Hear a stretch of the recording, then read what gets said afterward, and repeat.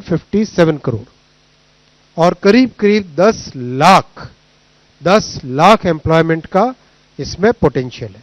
Satellite के माध्यम से बनाया हुआ टेक्नोलॉजी है, उससे इन सब प्रोजेक्ट्स की स्टडी करी गई है, मैपिंग करी गई है। थोड़ा आगे एक दो मैं एग्जांपल्स भी दूंगा। और प्लग एंड प्ले इंफ्रास्ट्रक्चर, इसको दिमाग में रखते हुए कि लोग अपने घर से काम तक चल के या साइकिल पे भी जा सके, एनवायरमेंटल इकोसिस्टम्स क्रिएट करना, सस्टेनेबल सिटीज बनाना और रीजनल डेवलपमेंट को बैलेंस रखना, ये सब हमारे लक्ष्य रहे हैं। और इसी से हम समझते हैं कि ग्लोबल वैल्यू चेन्स में भारत का योगदान बढ़ेगा और भारत में निवेशकों को जमीन सरलता से, आसानी से और तुरंत मिलना शुरू हो जाएगा। Now joining us live on the show is Dikshu C. Kukreja, Managing Principal Architect of CP Kukreja Architects. Dikshu, thank you so much for taking time out to be with us here on In Your Interest. I'm going to ask a very simple question to begin with, and that is, what are your hopes and aspirations from the new industrial smart city projects, considering what we've seen with how the basic smart city projects have gone so far? Well, I think, Krishna, it's an excellent initiative. I must compliment the government for it, because when we talk about becoming Viksit Bharat, this is one of the cornerstones. Industry, trade, investment, this is how countries progress. And therefore, to have a holistic vision of creating industrial cities where you have these plug-and-play facilities for manufacturing, but you go beyond that and create a holistic living experience by having residential, commercial, healthcare, education, all these aspects coming together, I think it's a very positive move. I would also say that it's important that this kind of development happens, has the right social impact. We are not looking at displacement of villages, displacement of the rural folk when these industrial cities come up. We certainly must be taking care of the environment. It's about not destroying the environment to create these kind of cities, which some of the eastern neighbors of ours, such as China, have done. I would say that this kind of a planning of developing areas, zones, districts, or cities in this case, for geared towards industry is welcome, but it must come with a lot of environmental responsibility. I've heard the minister mention developing these as sustainable cities, which I think is the order of the day. And what you're talking about, smart cities, I think the two are very, very different. The smart city mission, which has so far been in India, has been more brownfield projects. It has been more geared towards cities which are already existing and how they've been kind of smartified, so to say. This is more, I would say, greenfield development. So from that perspective, it puts the two in very different baskets. So welcome move, but requires a lot of responsibility as we go ahead planning these. Right. Fair enough. They don't. They're two different things. The fact of the matter is that it's one is making the existing cities smarter, and the other is, of course, creating newer cities, and that is where the industrial smart city project comes in. What do you think will be key? What do you think are the learnings from the smart city mission that can be used in the development of industrial smart cities? Excellent question, Krishna. There is, I hope, a lot of learning from whatever the Smart City mission has achieved so far, or perhaps even not achieved. And I think that's about, there is only that much bent, I believe, that should be towards technology. And look, I'm not from the old school of thought, but I definitely believe balance is always the right approach. So Smart City mission in India has been focused towards technology upgradation in cities, which I don't deny is important, but there are other aspects which we can't forget. And those are environmental aspects, like I said, social aspects, like also about urban-rural divide.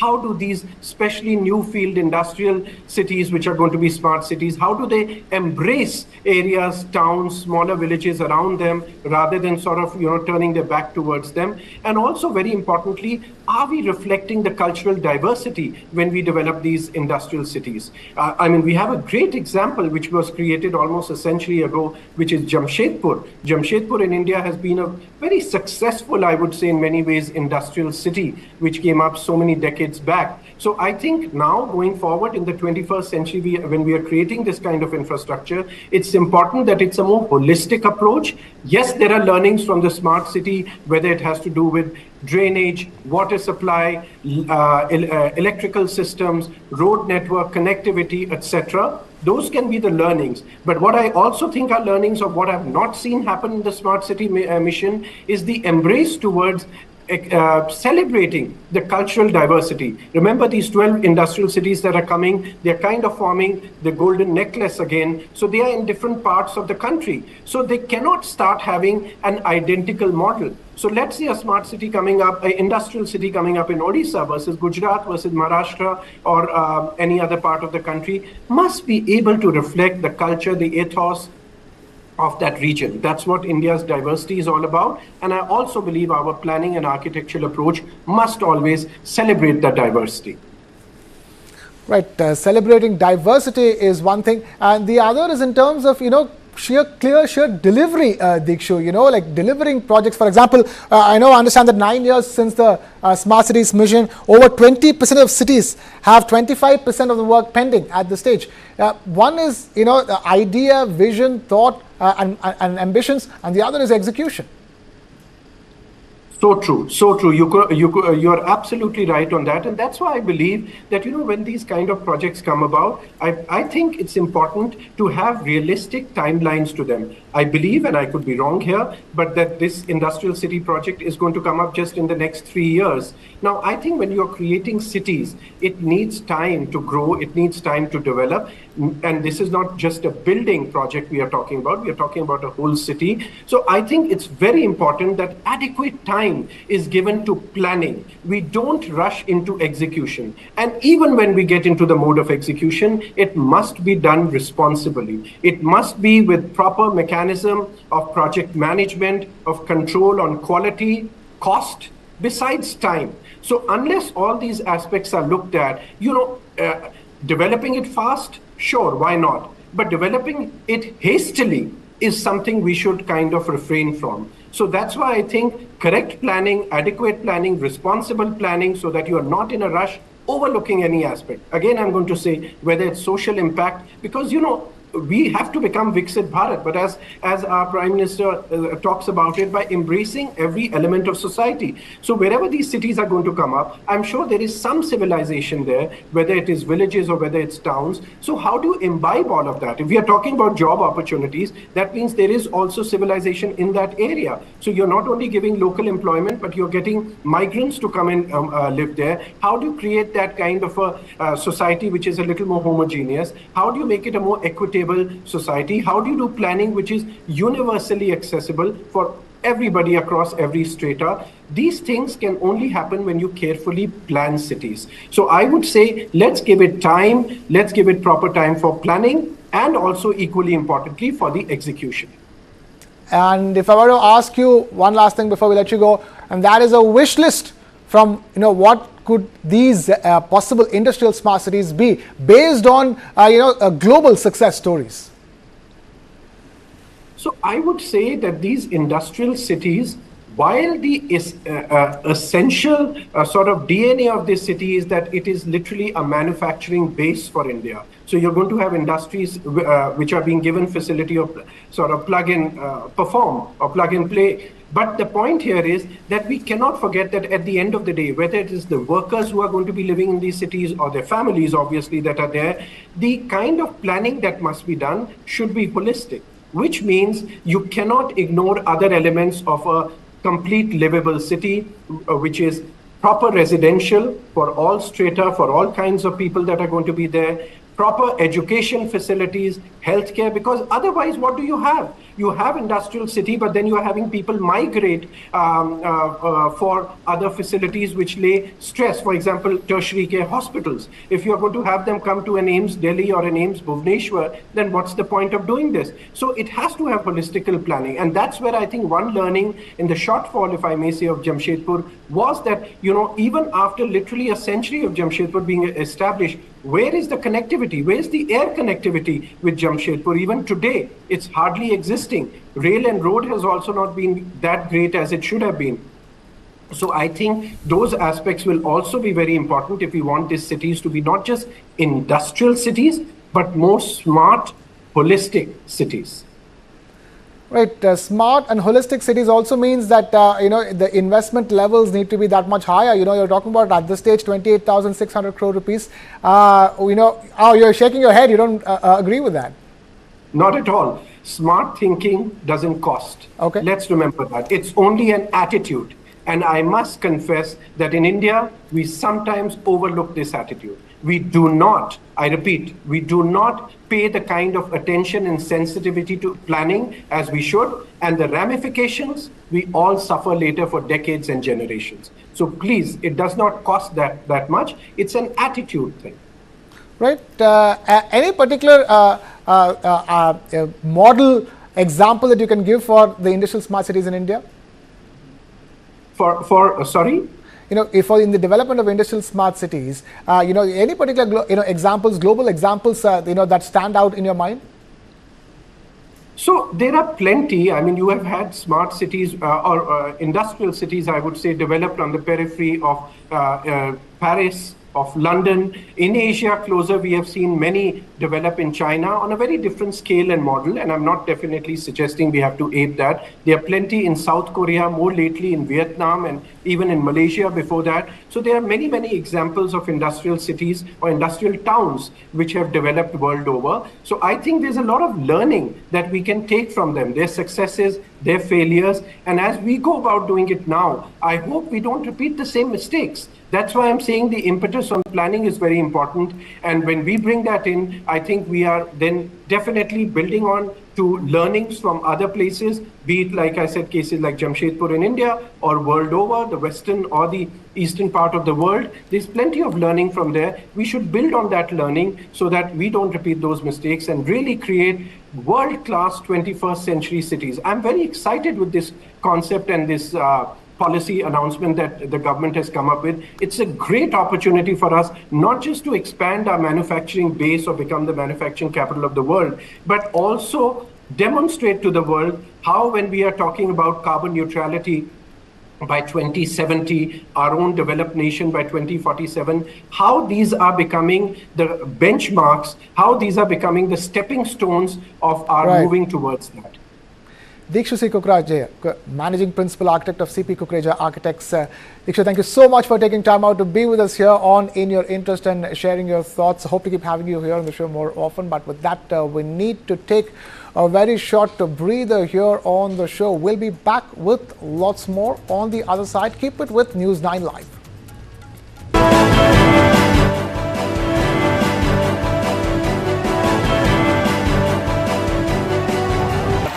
Lived up to their pre-tournament billing, delivering a series of less than convincing performances. With 2 draws and a solitary win. Your son will be Messi. No studies, just football all day. Go, my son, go. Make my face shine through playing football. Not only your face, but also the country's. I will conquer the world by playing football. Come, let's go to Germany! World's largest football talent hunt, News 9 Indian Tigers and Tigresses. In association with DFB Pokal, Bundesliga, BBB and India Football Center. Train and play matches in Europe. Register now and fly to Germany. IndianTigersandTigresses.com. For the very first time in our investigation, we unmasked the killer of Ravindra Matre. In 5G, we have to stand with the world, and in 6G, we have to lead the world. Winning a Grammy was an absolutely surreal experience.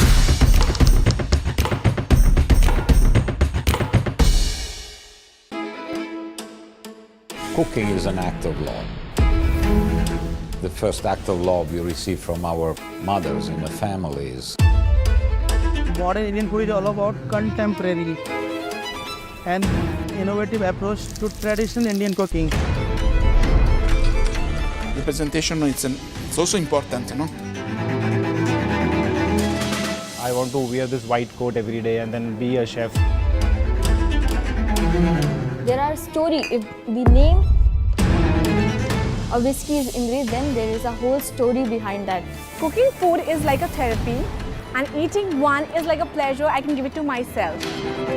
With Lounge Nights, I'm on a journey to celebrate and recognize the best food and nightlife establishments in various cities across India.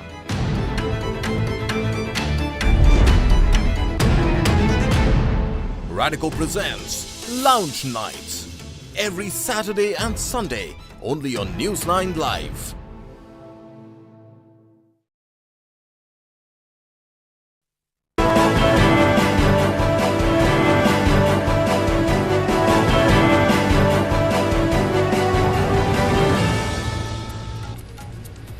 You're watching In Your Interest here on News 9 Live. I am Krishna Kumar. Is air pollution cutting down the lives of Indians? That's the big story that we're taking up at this point. India's air pollution crisis is taking a major toll on the health of its citizens. A new report from the University of Chicago's Air Quality Life Index reveals that persistent air pollution could reduce life expectancy in India by over 3 years. Despite an over 19% drop in particulate matter levels in the year 2022 compared to the previous year, the average Indian resident could still lose 3.4 years of his life or her life if current pollution levels persist. The report also highlights that while Bangladesh is the most polluted country overall, India bears the highest health burden due to its vast population. The northern plains, home to more than 500 million people, remain the most polluted region. Here, even though particulate matter levels dropped by 17.2% in 2022, residents could end up losing an average of 5.4 years of life expectancy if the pollution persists. Even with the potential for a 1.2-year increase in life expectancy if current improvements continue. The situation underscores the need for more mitigation efforts going forward.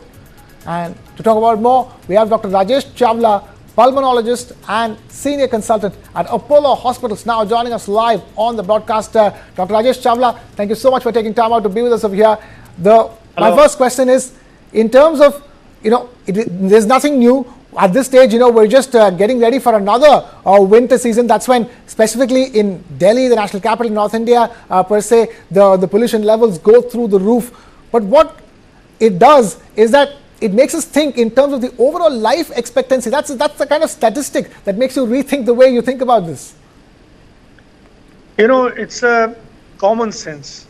Delhi is the 4th most polluted city in the world.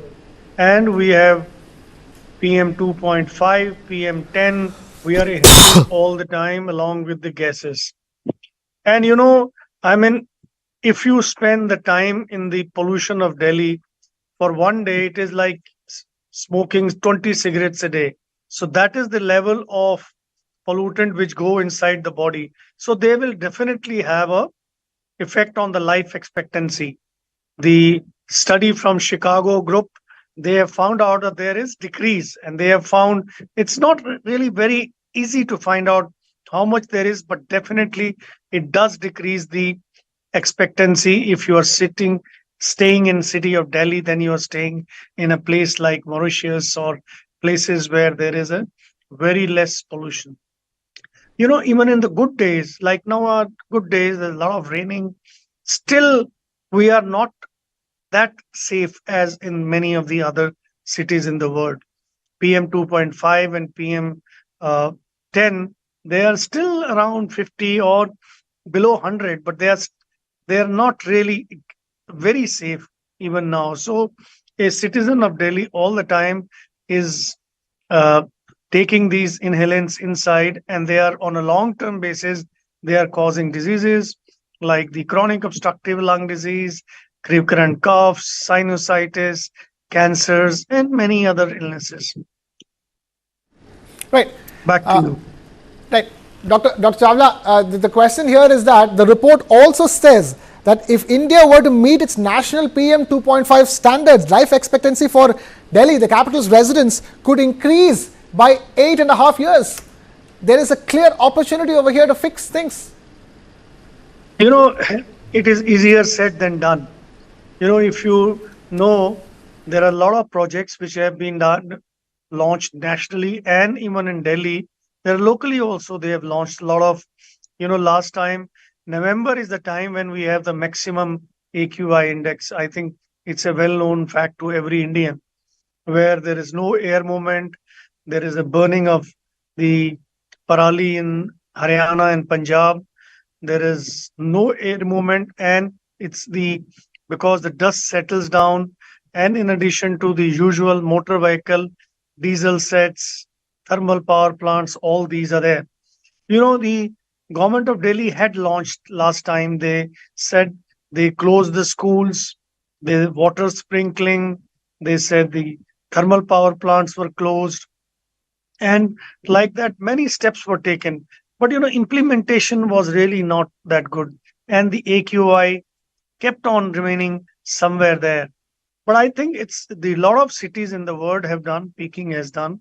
So if it has to be done, the nation, the national government, the state government, both have to work together to find out the policy, to lay down the policies and their implementation. Then it is definitely possible. It could be at a motor vehicle level, like BS6 were banned in that period. So they need to lay down the policy and implementation. They have said that vehicles beyond 10 years will not operate, and people still keep on operating them.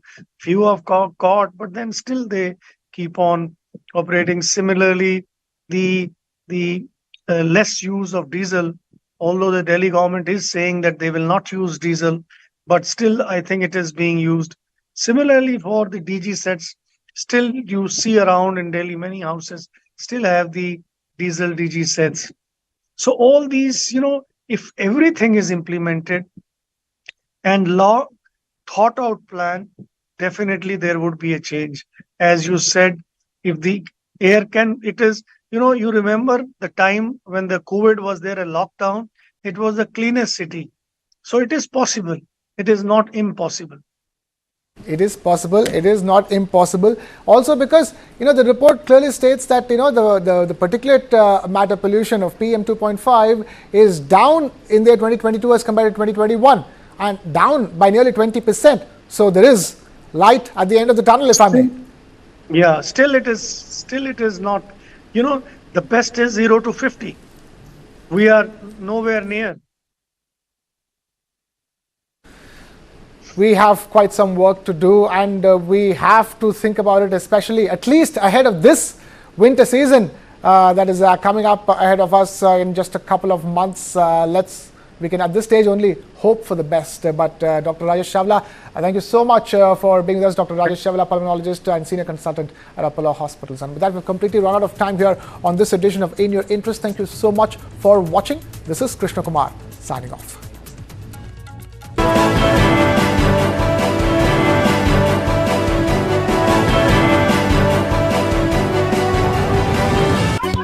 Pass. We'll put new glasses in the windows and they keep breaking it. This is the fourth time. You are playing football throughout the day. Will you win the world by playing football? Yes, uncle. I will now conquer the world by playing football. Let's go to Germany. World's largest football talent hunt, News 9 Indian Tigers and Tigresses. In association with DFB Pokal, Bundesliga, BVB and India Football Center. Train and play matches in Europe. Register now and fly to Germany. IndianTigersandTigresses.com. Big fan of Ian Bell, watching him very classy in all formats. I find Durban quite a challenge, which is still an enjoyable one. You're not allowed to bowl a bouncer, so that tells you that they want to see runs on the board.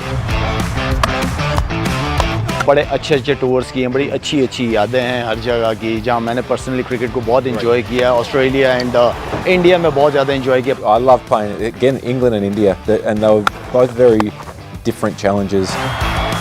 Up close and personal with legendary cricketers like never before. Icons of the pitch. This and more. Streaming on News 9 Plus. News is now content. Subscribe and get free vouchers. How do you fulfill that promise? Because ultimately expectations have to be met. If you look at the political landscape, is it really changing for women? And what is the inability of the forces that dead bodies surface but not the living people?